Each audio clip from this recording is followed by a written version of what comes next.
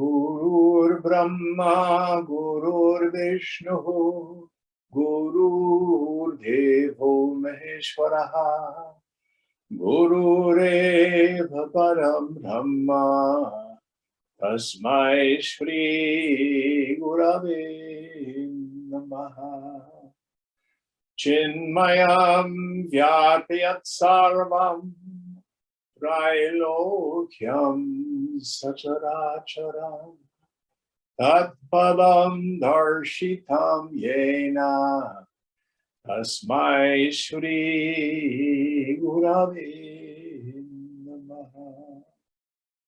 Tvameva Mata Cha Pita Tvameva Tvameva bandhuscha sakha Tvameva Tvameva vidyadravindam Tvameva Tvameva sarvam mama deva deva Tvameva sarvam mama deva deva. Jai Guru. Yatha sarvani bhutani pratibhanti stitani cha yatraivo bhajamam yanti tasmai satyatmane namaha.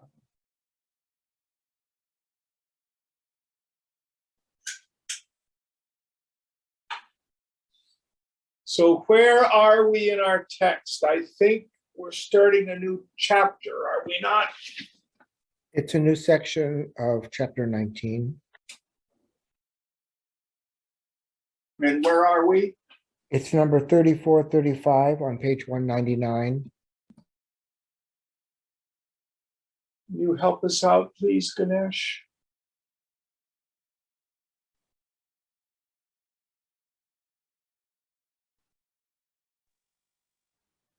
I think you're muted. Mano Nashaditrayam. The three means destruction of the mind and others. Samvedye kevale dhyanam naiva siddhyatya sambhavat vasana samparityage yadiyatnam karoshicha tatte shithilatam yanti sarvadhipyadhyaya kshanat. Meditation is not just accomplished merely on the known, since it is inconsistent. If you take effort in the renunciation of mental impressions, then all your mental anguish and physical illness are severed or cast off instantly. So, when we study meditation, frequently we are given a technique. And that technique usually has some object of meditation. It can be a deity. You meditate on the form of Lord Shiva or Lord Krishna.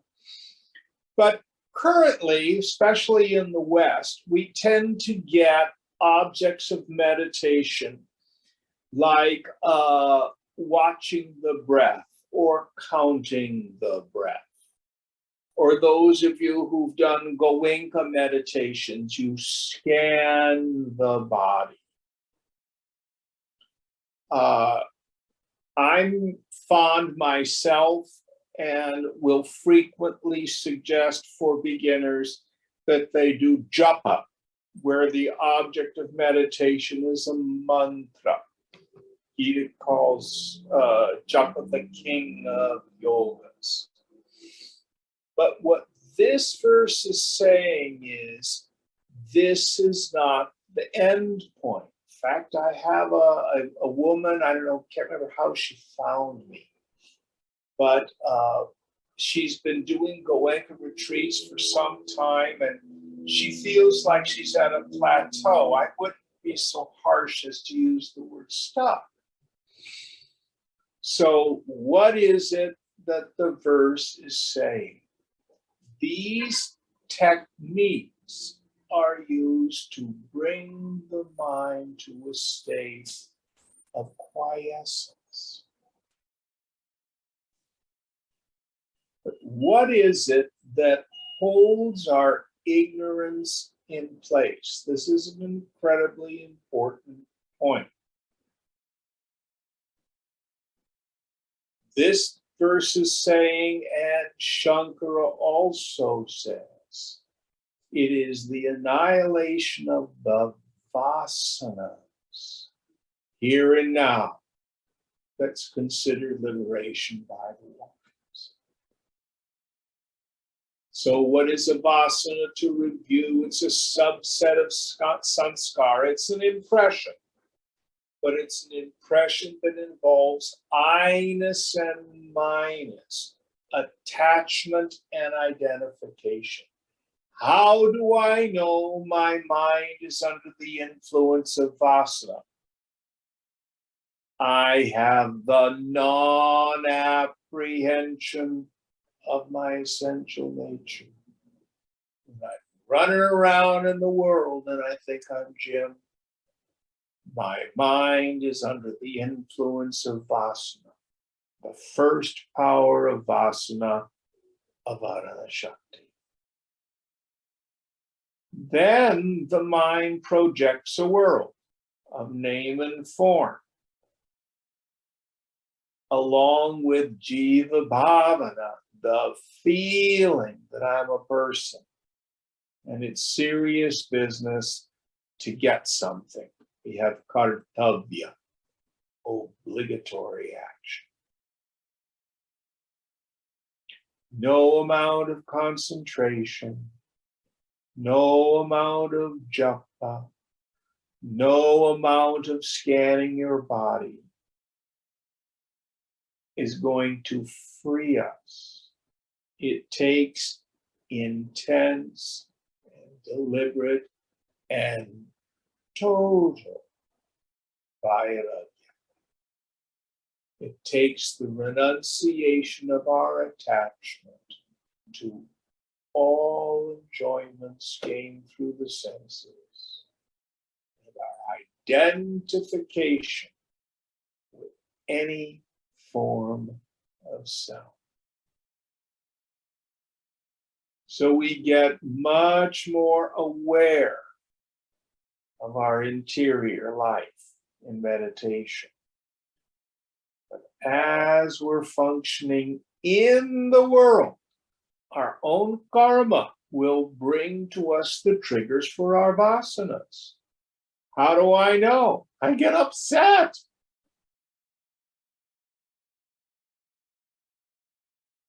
That's how I know. What is it I need to do? Drop it. Over and over and over.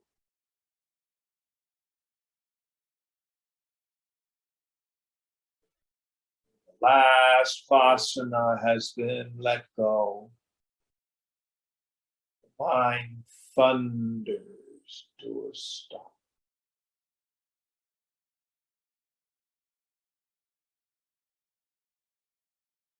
Everything changes.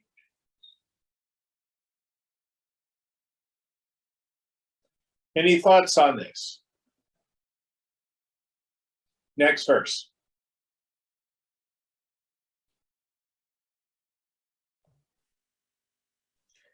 Yavat na liyate chittam tavat vasana kshayah nakshina vasana yavat tavat chittam nashamyati.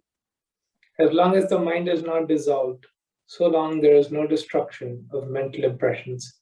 As long as mental impression is not destroyed, so long the mind is not extinguished. So, as long as I don't destroy the mind, I'm going to continue to have vasana. As long as I have vasana, I can't have manonasha. Seems like there's no way out. I'm doomed. it seems. What's the solution? Let's see. Going on.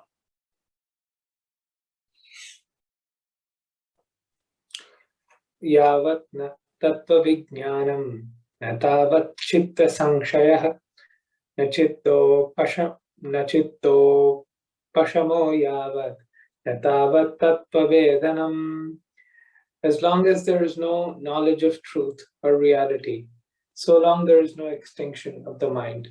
As long as there is no extinguishing of the mind, so long there is no perception of truth or reality.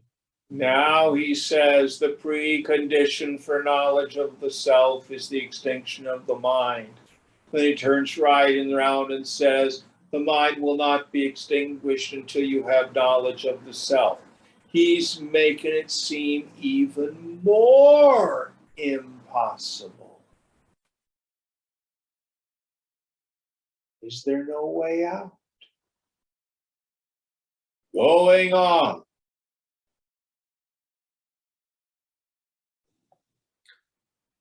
Yavat na vasana nashah tavat tattvagama kutah yavat na tattva sampraptihi na tavat vasana akshayah. As long as there is no destruction of mental impressions, so long whence is the knowledge of the true or essential nature of oneself. As long as the true or essential nature of oneself is not attained, so long there is no destruction of mental impressions. Because the first power of a vasana, mental impression, is a varana shakti, veiling power. Its very nature is ignorance. It's like spiritually going to sleep. In the end, the only thing that destroys vasana completely is knowledge of the self. You can't have knowledge of the self as long as vasana is still operative. The mind is still covered. This is the third or fourth verse he's given, which gives us a no-win situation. Is there a way through? Going on. Tattvajnanam mano nasho vasanakshaya evacha mitha karanatam gatva dusadhyani bhavantihi. Knowledge of the true or essential nature of oneself, the destruction of the mind, and also the extinction of mental impressions, having become the cause of each other, are indeed difficult to be accomplished. Yes. So we have this mutual causation. He says it's difficult to untie this knot. I always think of it like when I tie my shoes in the morning, I'll tie a bow and then I tie the bow things together because they always tend to come untied. Then in the evening, I just slip off my shoes. And the next morning, I need to untie the knot before I can put my shoes on. Sometimes it's just pulled completely tight. And of course, you can't see it. I go off, I feel damn knot. Sometimes I have to take a pen or nail clipper thingy and loosen the knot. It's so tight. So also the hridaya grati, the knots of the heart are so tight.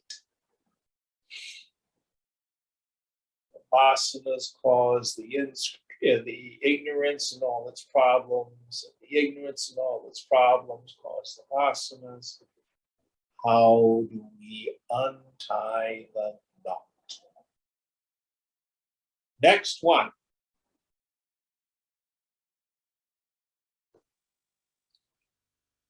Tasmat raghavayatnena paurushena vivekatah Bhogechham duratah kritva trayametat samashrayet.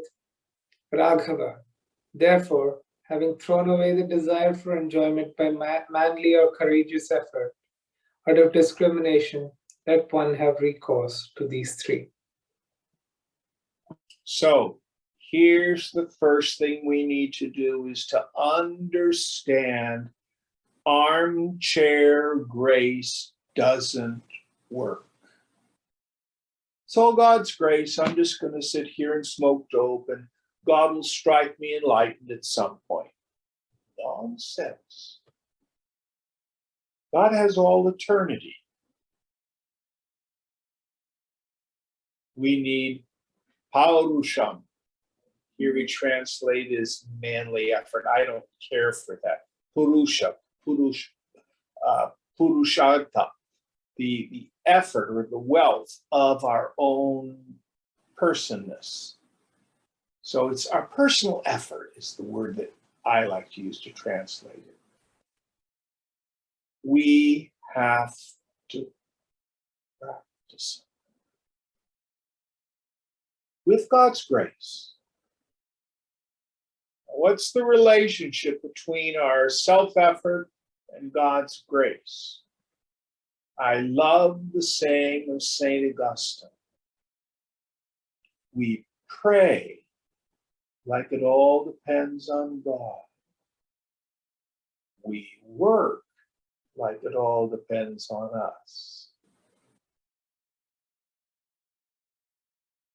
Do not let philosophical inconsistency be a problem here.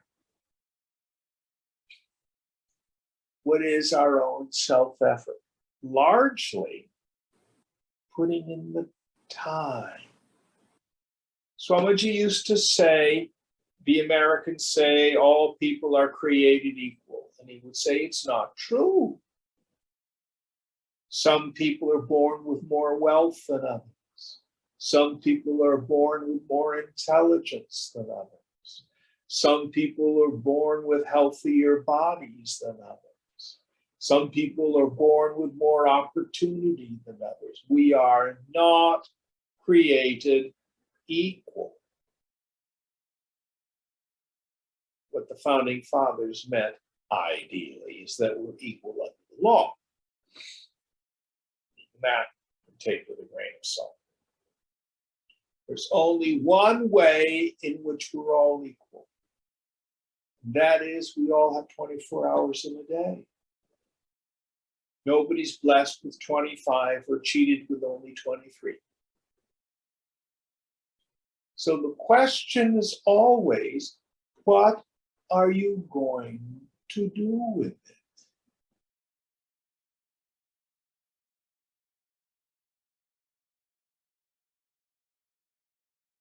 How are you going to spend your time?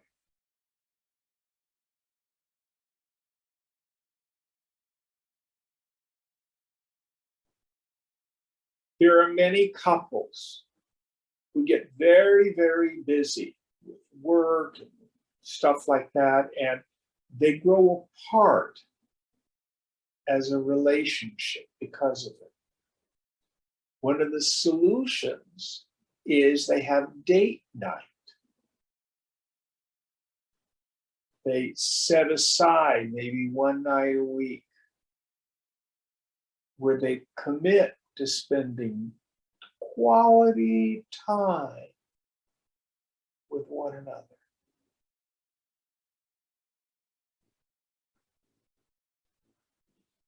This is one of the greatest secrets and keys to effective sadhana. You need to set aside the time for a hot date with the Lord.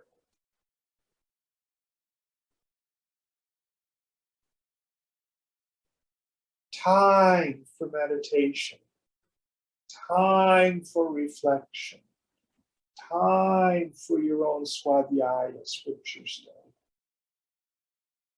time that you spend looking at what your pleasures, your afflictions are. taking the time. I'm too busy, I'm sorry. Did you meditate this week? Well, I think I got to it twice. I was just so busy, Jim. What does that say? Priorities. I will frequently say self-realization is not difficult, although it's very rare. And it's rare because nobody wants it.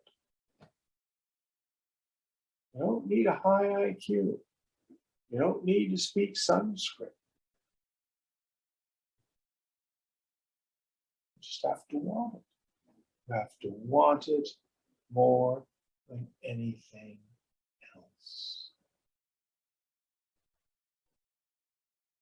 So now he's going to give us some solutions for dealing with this catch-22. Vasanas create the mind reinforces the vasanas. There seems to be no way out. Next verse.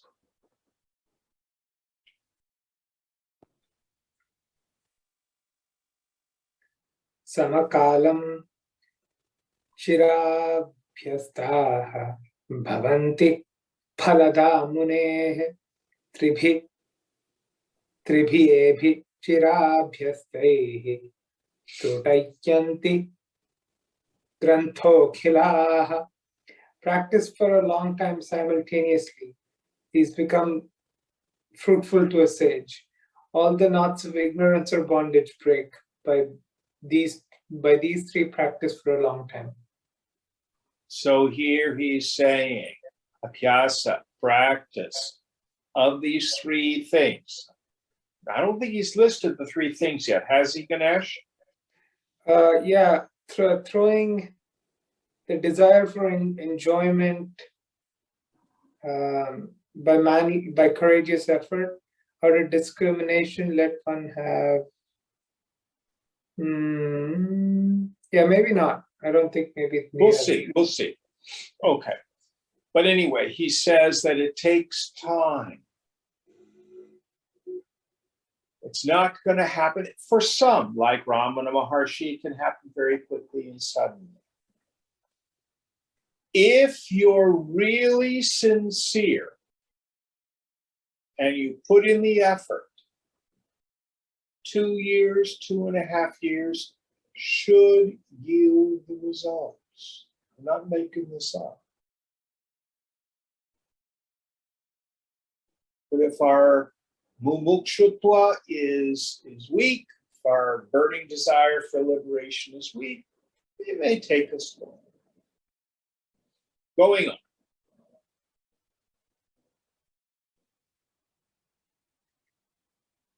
Vasana samparityaga samam prana nirodhanam.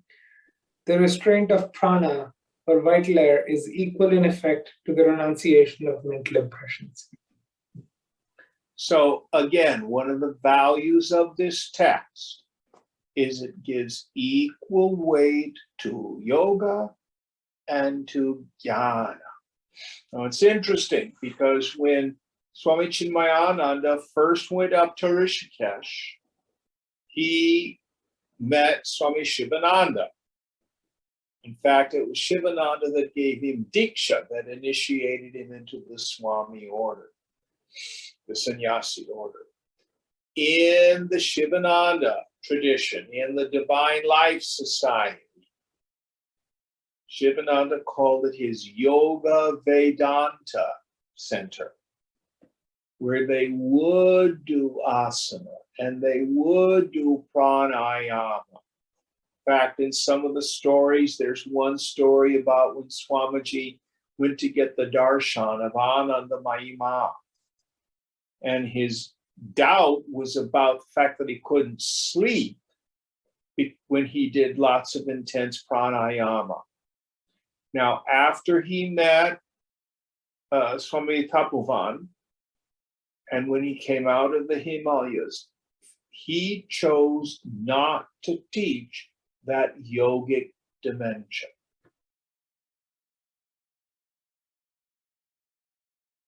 It's not necessary, but it certainly can be useful. So one can get value by controlling the mind through pranayama, the way of the yogis. One can also do it through discrimination, viveka. Any thoughts on this? I am not a Raja Yogi. I only know it peripherally from the outside. If you're drawn to that study, I encourage you to follow your intuition. I would presume to teach. I can teach about it, but I cannot teach it. Next verse.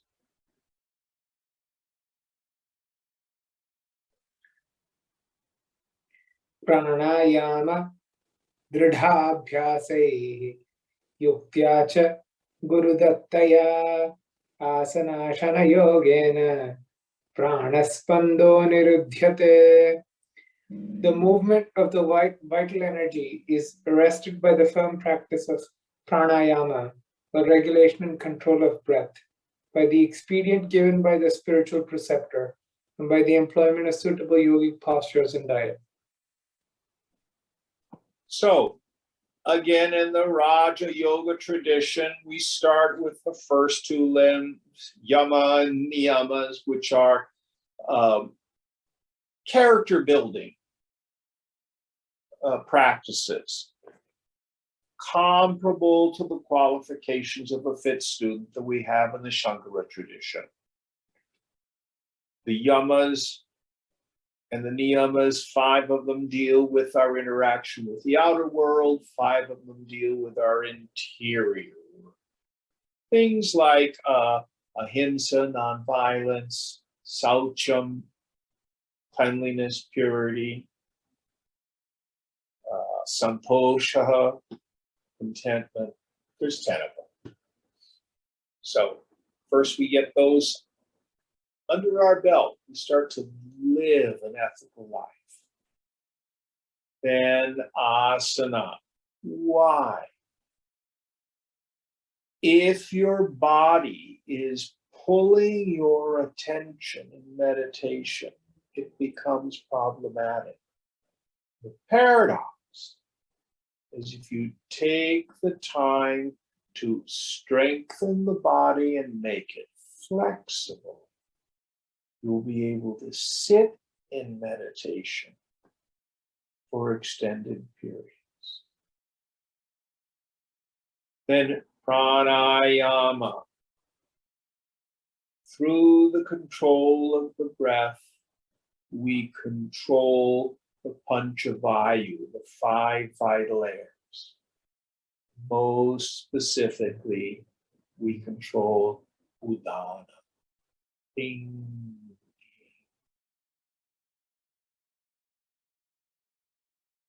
It's effective. It's good for your health too. If you're drawn to it, find a teacher.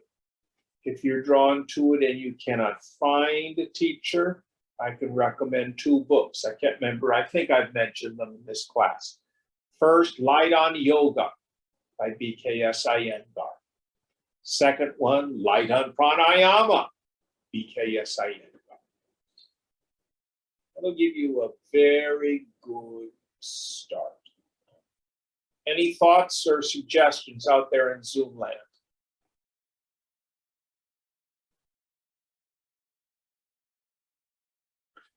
My own sadhana, I did do asana when I was very, very young, in my 20s. I did pranayama for a while. I hung out with some people doing Kundalini yoga, disciples of a fellow named Yogi Bhajan, who was actually a Sikh. And we did pranayama.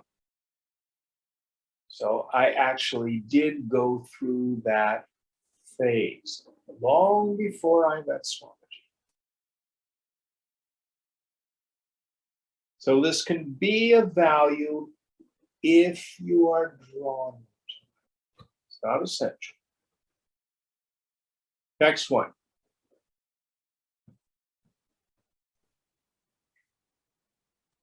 Adhyatma Vidyadhigama Sadhu Sanghama Evacha Vasana Samparityagaha Pranaspanda Nirodhanam Satishu Yuktishvetaso Hathat Niyamayanti Ye Chetakte Deepamutsrujya Vinignanti Tamo Janaihi. When these means, like the acquisition of the knowledge of the Supreme Spirit, the association of sages, renunciation of mental impressions, and the restraint of the movement of the vital air are there, those who control the mind forcibly try to destroy or dispel darkness by choleria, or black pigments used to paint eyelashes, abandoning the lamp. That's weird. Read it again.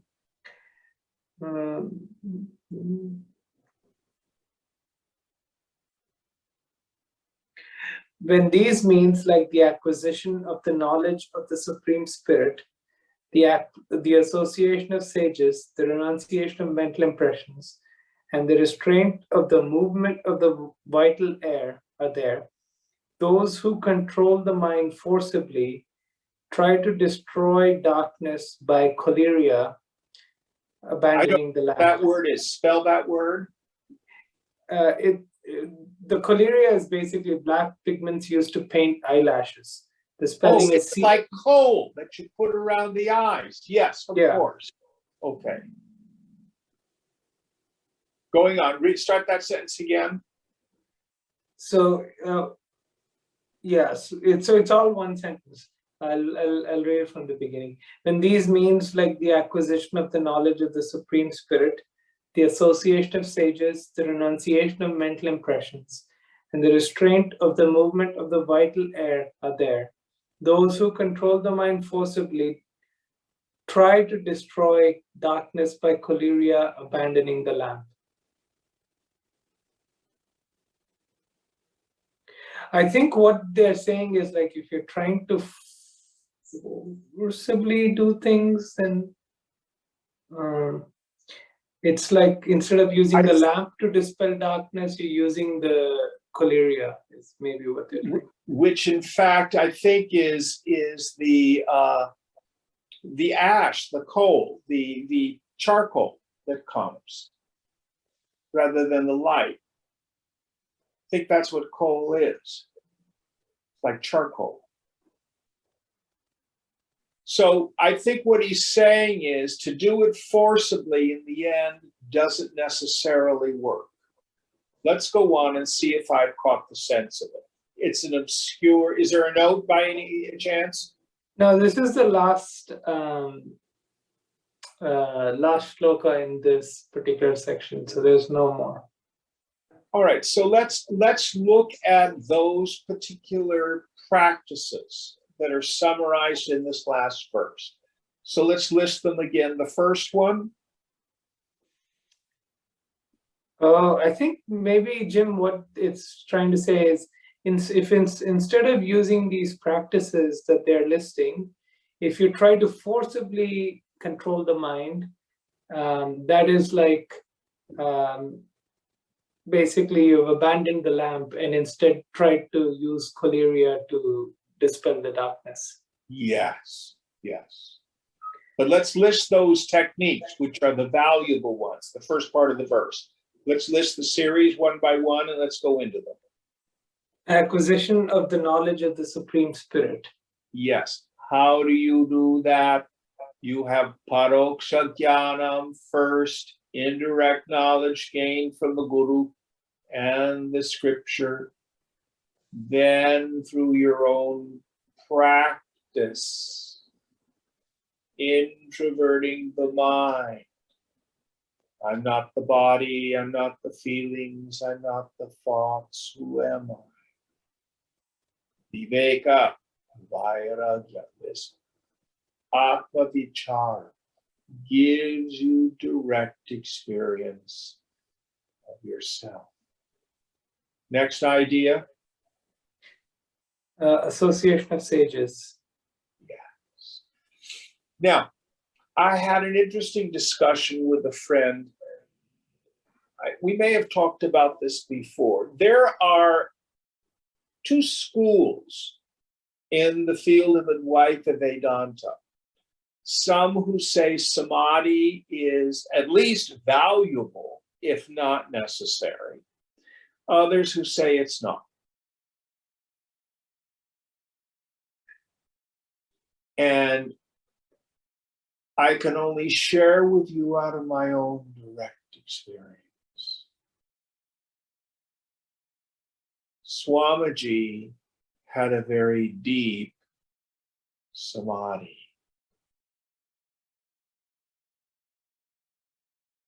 And when those of us who were with him could surrender into that thunderous silence,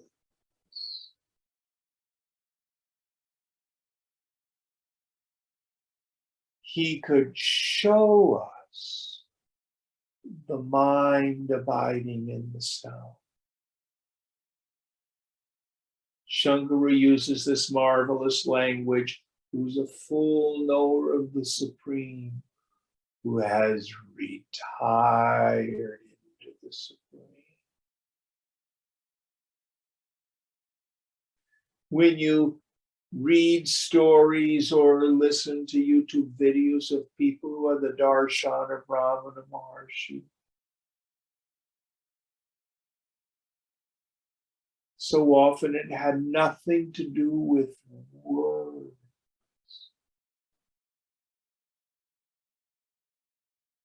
It was the thunder of the silence.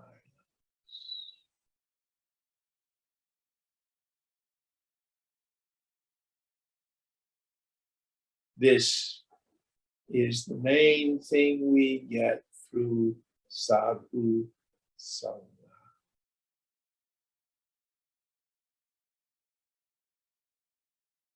Next idea.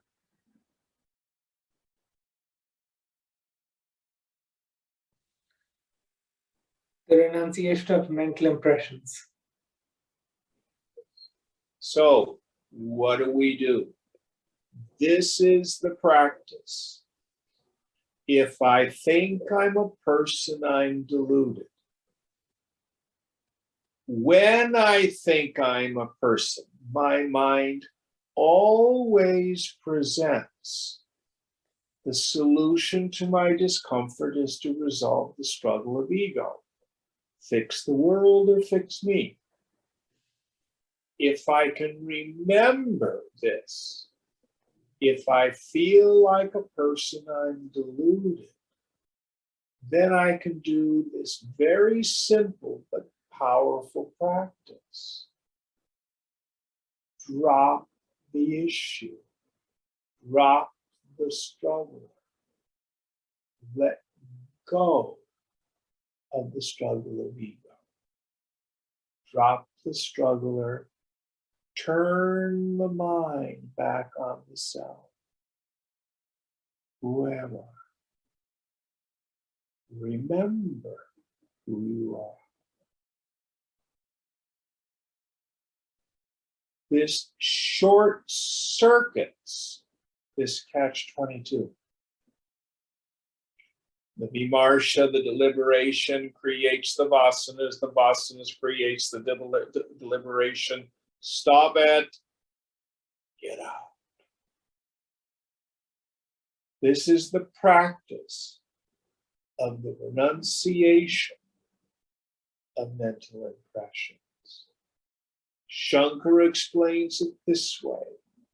Even after realization of the truth, there exists a strong impression that one is the doer, karta, which is the cause for re-identification.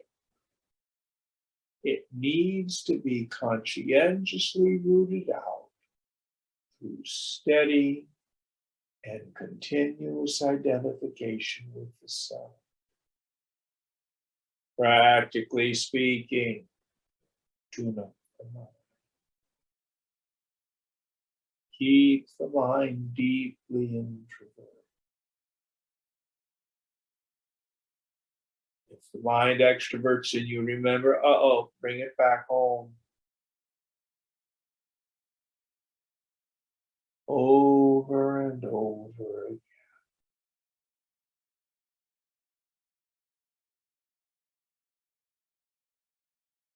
Next thought.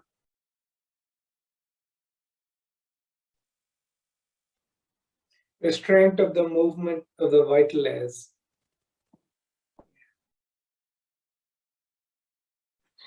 And if you choose, you can use pranayama to help you quieten the mind. Even something as simple as this. Pay attention to that moment of suspension between the inhalation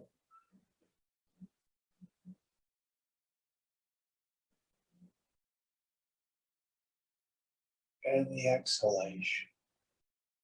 You can do the opposite. Between the exhalation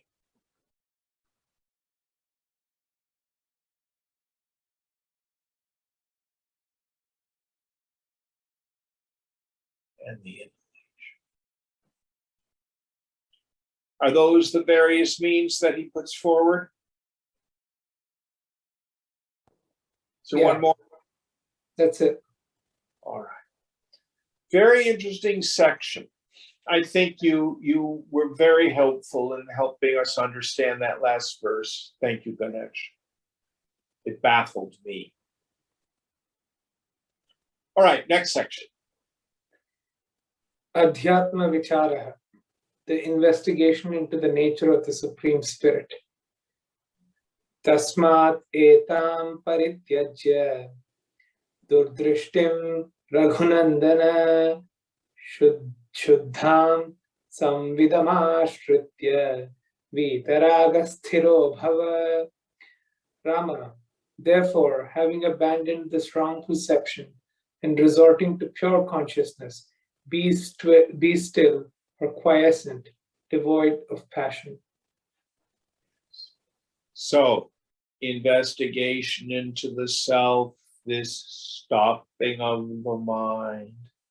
I like to use the term, it's not knowing, it is unknowing.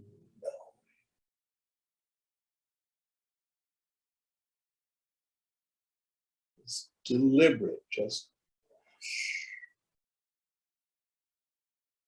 mind itself.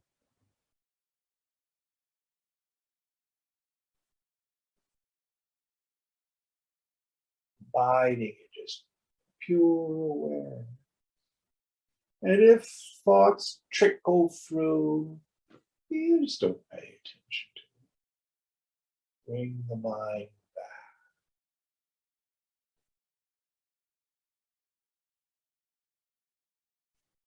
Next one.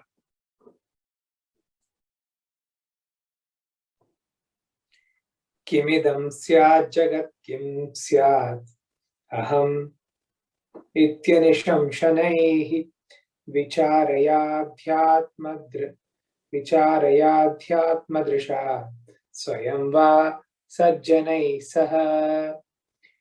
What could this world be? What could I be? Reflect thus quietly and incessantly from the view of perception.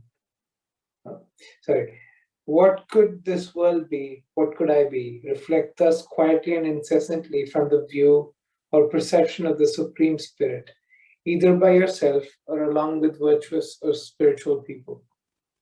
Yes. So you can do it in satsang. Come to a place where you get a firm conviction in the intellect of these two questions. Who am I? What is this world? You have to do both. We just do the who am I, you may know, okay, I'm witnessing consciousness, I get that. But then the world still becomes problematic. Scriptures thunder, what is this world? Pratibimba. It is like the reflection in a mirror. Mitya, illusory. Vaitatya, falseness. It's all consciousness, but the names and forms are just a superimposition. Turn down the volume level on our reactivity to it.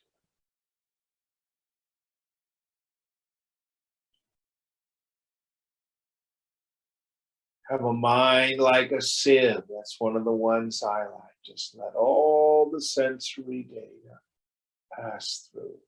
Let any of it land. Let it all pass through.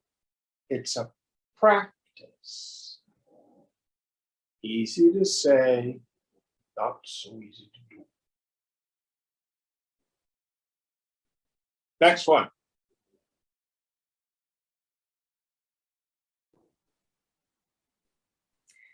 Vicharodhatma vijnanam jnana samyangam vidu buddhaha. Vicharodhama vijnanam jnanasyangam vidu buddhaha jnana bhigamatrena swayam chittam prasidati. Wise men consider the knowledge of the self arising from investigation or reflection as a limb or constituent part of sacred knowledge that is derived from meditation of the self or supreme spirit. By the mere arrival of this knowledge or self-realization, the mind clears up or is satisfied. Yes. So what brings satisfaction, quiescence, certainty to the mind, so that it quits its questioning, yeah, butting, what abouting, by means of investigation, fruitful viveka, vicharena, by means of investigation into the self, along the lines of thinking laid down in the scriptures.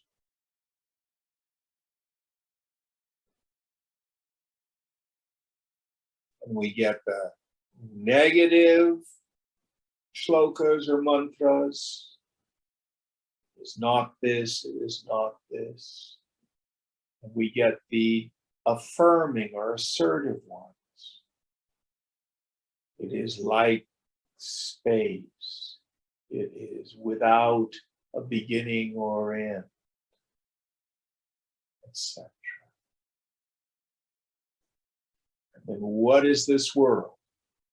It comes about like a dream. I know the dream is unreal because when I wake up, I negate it.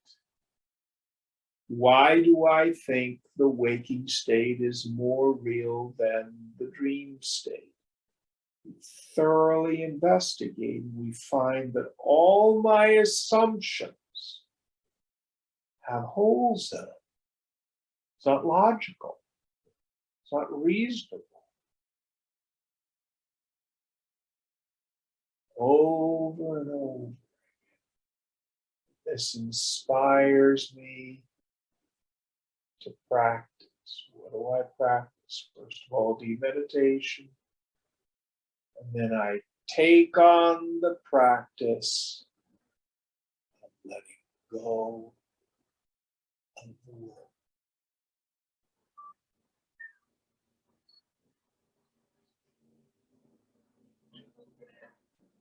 See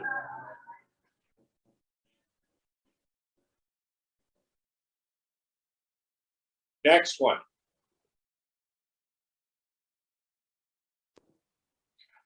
तत्पद्यम् अविश्रान्तम् अलब्धात्मानम् अस्थितम्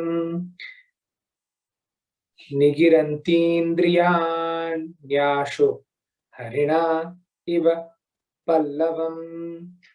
The senses swallow quickly one who is not the knower of truth or reality, who is not tranquil, who has not perceived the self, and who is not steady or determined. Just as deer. What was the last one? I didn't hear that. Who is not? The senses swallow quickly one who is not the knower of truth or reality, who is not tranquil, who has not perceived the self, and who is not steady or determined, just as deer eat up a sprout or a blade of grass. Yes. So the idea here is, if I do not know the self, the mind will extrovert into the world. Why? Because of what I call the ruthless rule of the mind. The mind will return to the experience that's given it the greatest joy. Now, the problem is, it gave me great joy on Monday, and on Tuesday it's not available, and on Wednesday it doesn't give me the same joy as it did on Monday. That's the world. Kama, karma, krodha. We all dislike the KKK. I tell you, the KKK in Vedanta is more destructive. Kama, craving, tells us into action. Karma, the inevitable result. Krodha, angry.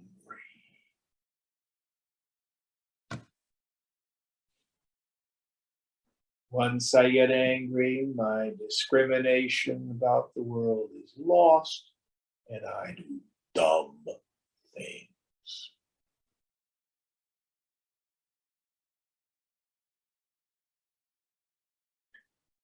Thank God, God is the most beloved, though. When I've done these two things, well, I'll quote Gita. Second chapter, verse 55, my favorite verse in Gita. When a man casts off all the desires of the mind, O Partha, and is satisfied in the self, by the self, then he's said to be a man of studies. Two parts.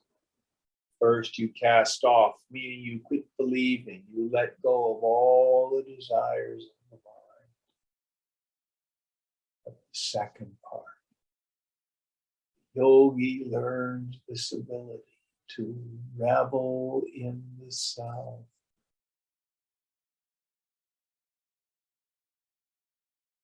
Yes, Atmaramana.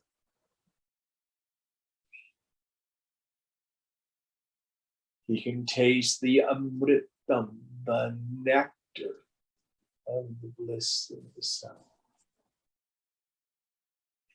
You don't have that. Don't blame. Your mind will continue to grab onto the world. If you have that, your mind easily starts to let go. Now, even if you have only moments of deep abiding peace and satisfaction in your meditation, that same driving force of the mind that used to drive us into the world drugs, sex, and rock and roll. Now says, oh, I want self-realization. I want that deep abidance in the self, which then impels me into more intense renunciation and more practice.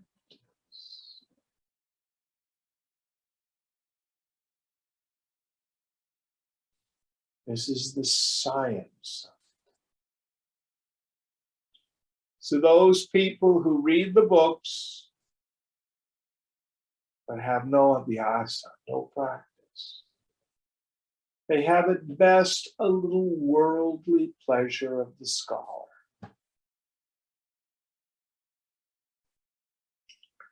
Next one.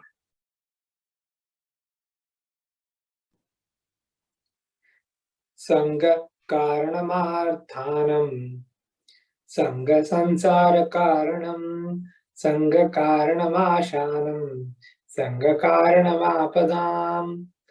Attachment is the cause of objects or affairs. Attachment is the cause of worldly existence. Attachment is the cause of hopes for desires. Is the cause of hopes or desires.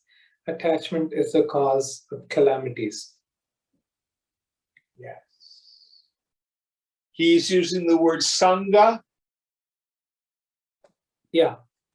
Yes. I usually think of sangraha is the word I like. Graha means to grab, to be joined with things that are that you grab at. Doesn't matter which word you use. That is the cause of the problems. Why do I have attachment? I have attachment because I want happiness.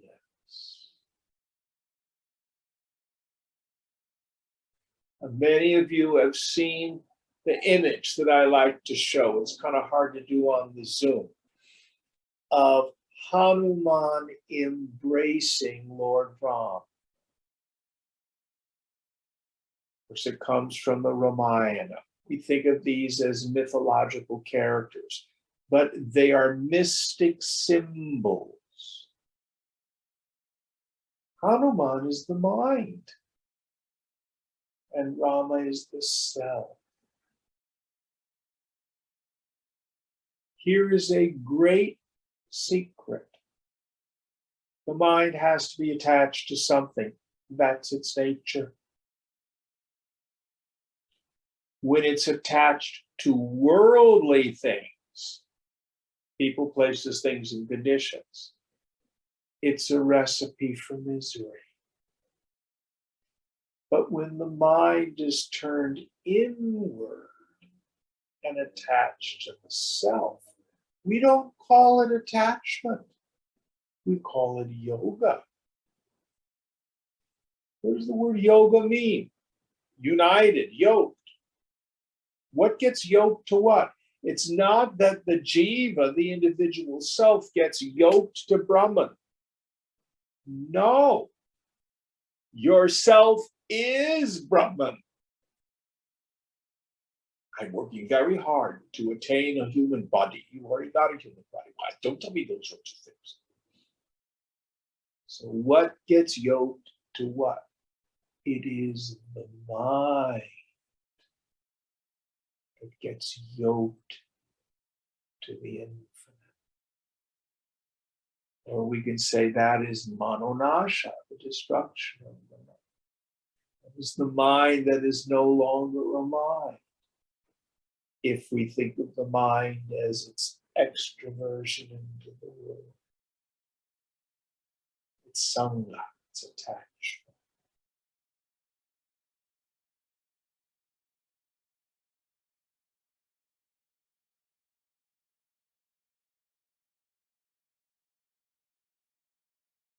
The other part of this ruthless rule of the mind. It's my definition of tyaga.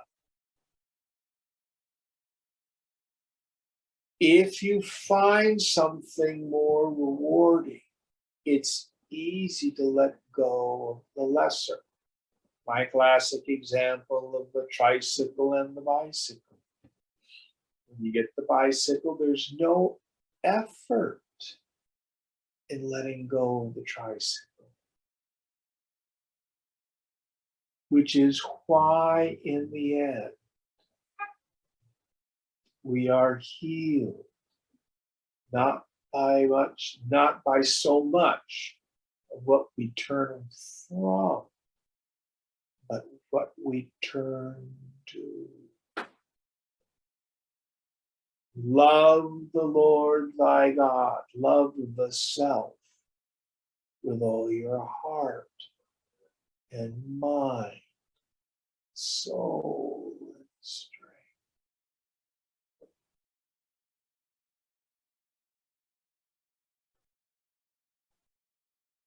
That's what we do. Next one.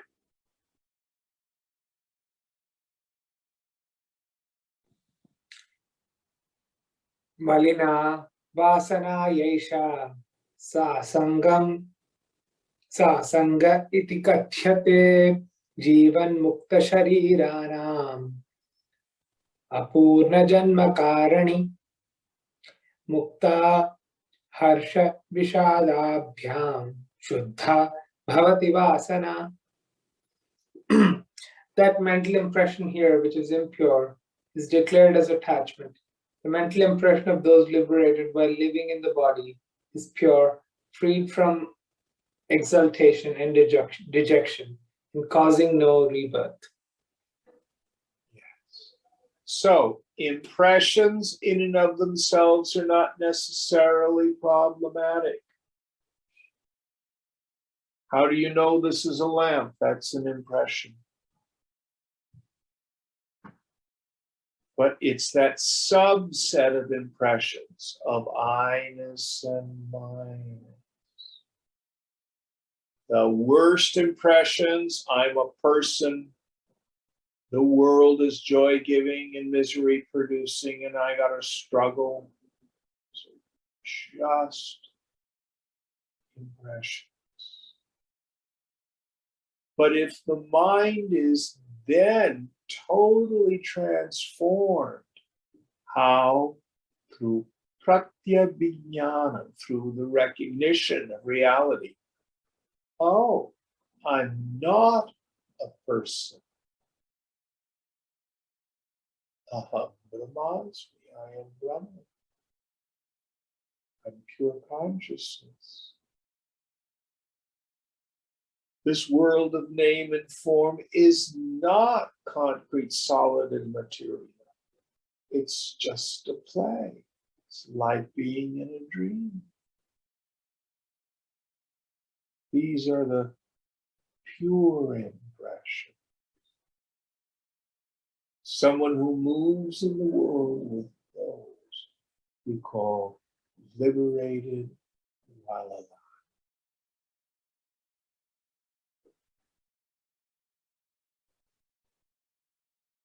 What is bondage? The deeply rooted conviction, the mental impression that I'm bound, meaning I'm my body. What is liberation? The deeply rooted conviction, the mental impression. Not that I'm a great saint, that I am, and no personal sense of self is real. The world isn't real. Only I is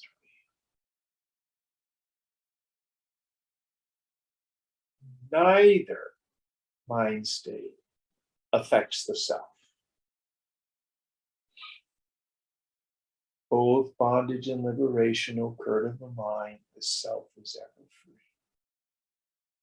How many more verses in this section, Ganesh? Just 2 verses with the final concluding verse. Okay, I think we can wrap it up. Let's go.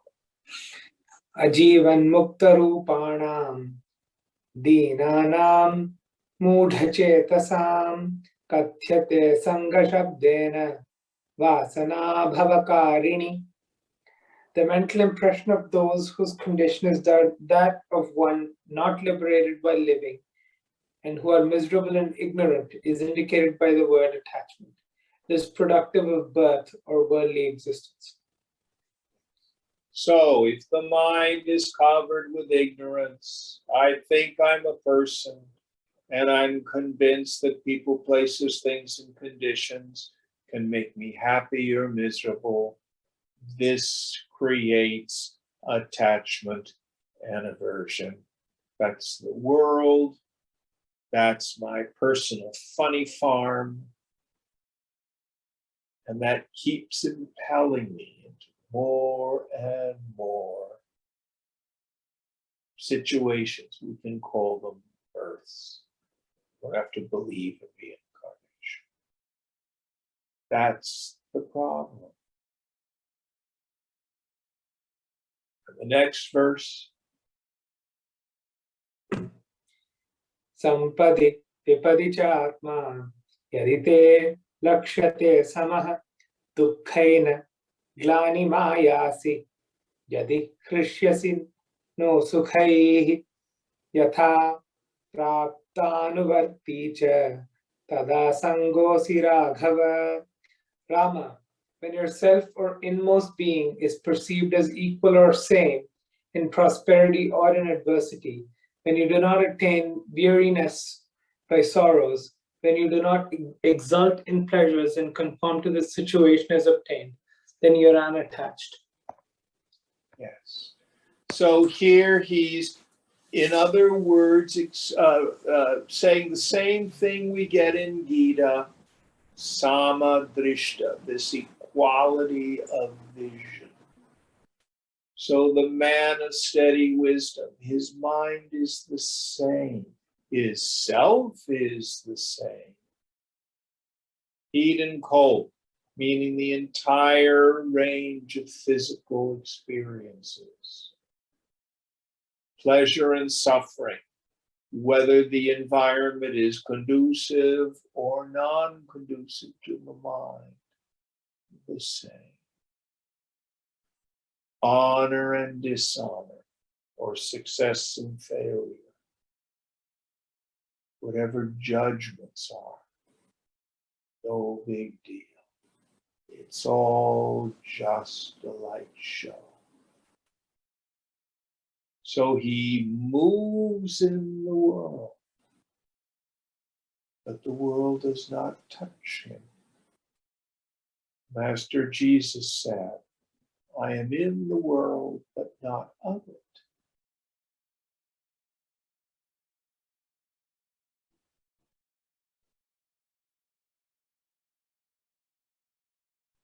May not be our constant, effortless state today,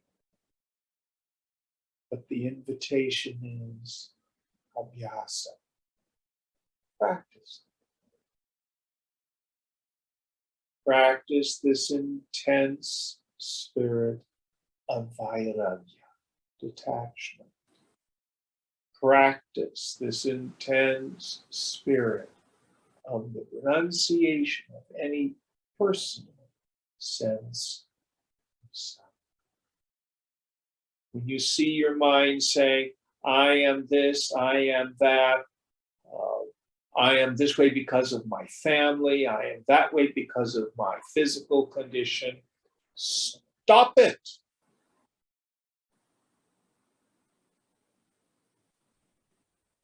Remember who you are.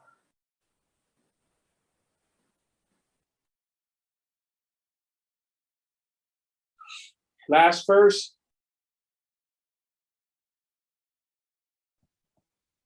Iti Sri Vasishtha Sangrahe Chitta Prashamanam Nama Ekona Vimsha Sargaha.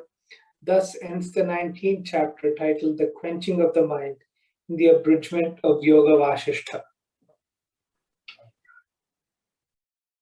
Great section. Om Purnamada Purnamidam Purnat Purnamudachyate Purnasya Purnamadaya Purnamevavashishyate. Om Shanti Shanti Shanti. Hari Om. Sri Guru Pyo Namaha.